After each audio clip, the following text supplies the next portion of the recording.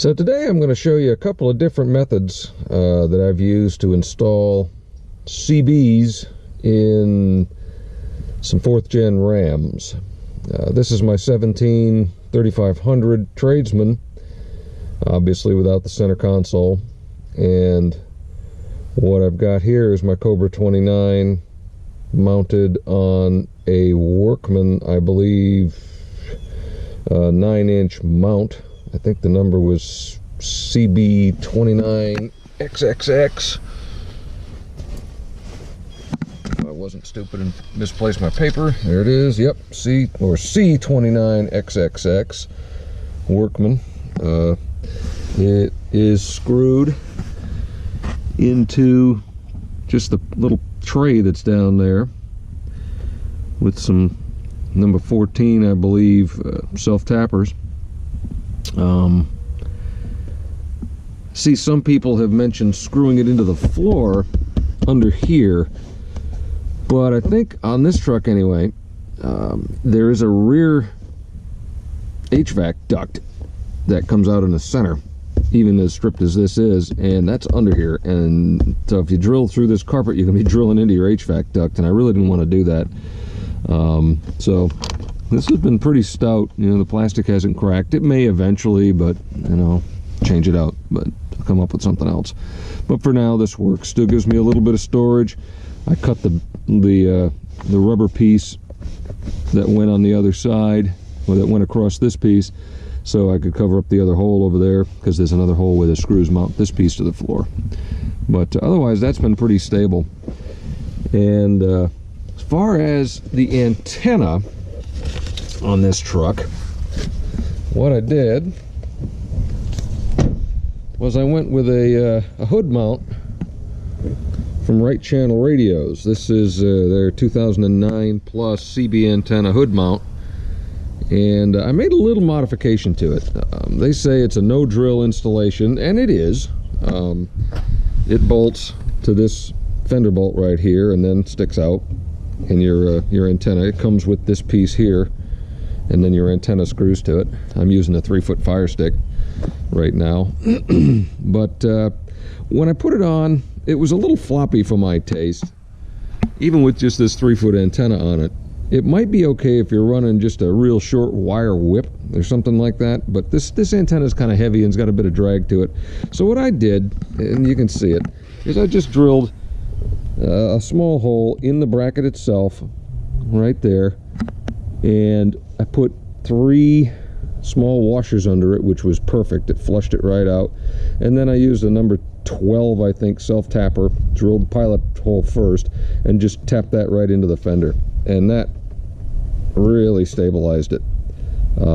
It doesn't hardly, I mean, the antenna moves around a little bit like that when you're driving, but it's tolerable. Otherwise, this whole thing would be flexing up here.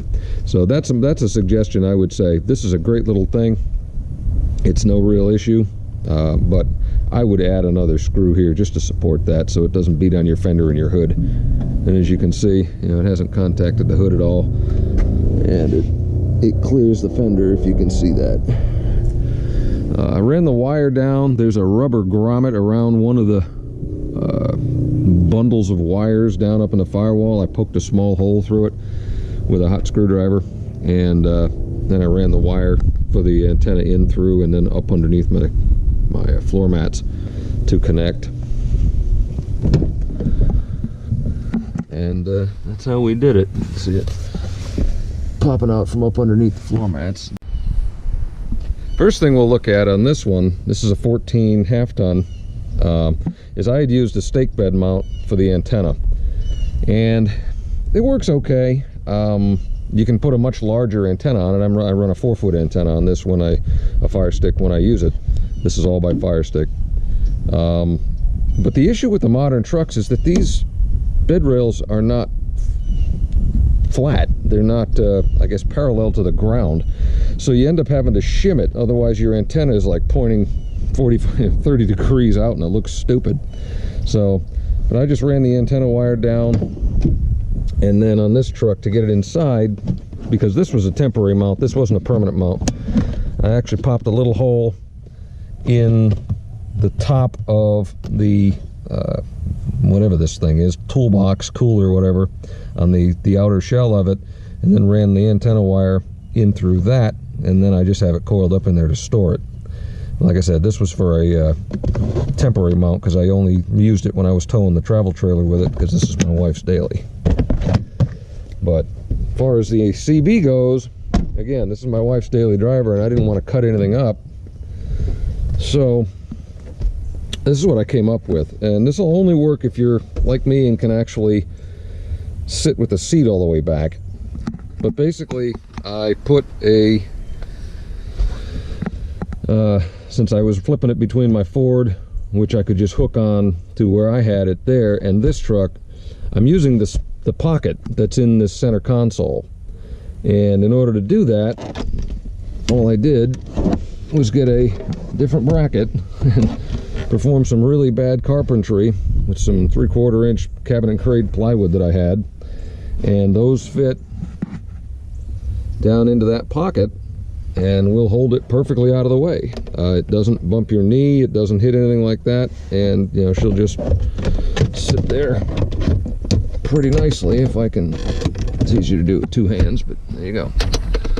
Yeah, and you can do something like that. And then I just would run that antenna wire, I would run from, you know, under across the seat and then down up under, and I had a harness built with a 12-volt cigarette lighter style plug to run the power when I was running it, and it worked great. So those are two recommendations that I would have as to how you can fairly cleanly mount CBs in the late model Dodges, Rams, whatever.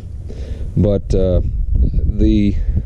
if you have the one with the center console and you got short legs or a manual transmission, you're kind of on your own, because there's no real good way to do that without cutting something up or putting it on the dash and making it just look dorky. So, not that, you know, having a CB isn't dorky, but anyway, so that's how I would suggest, if you have any desired amount of CB in your late model Ram, those are a couple of ways that I've done it, both of which have been, you know, very successful with no issues whatsoever. So take care.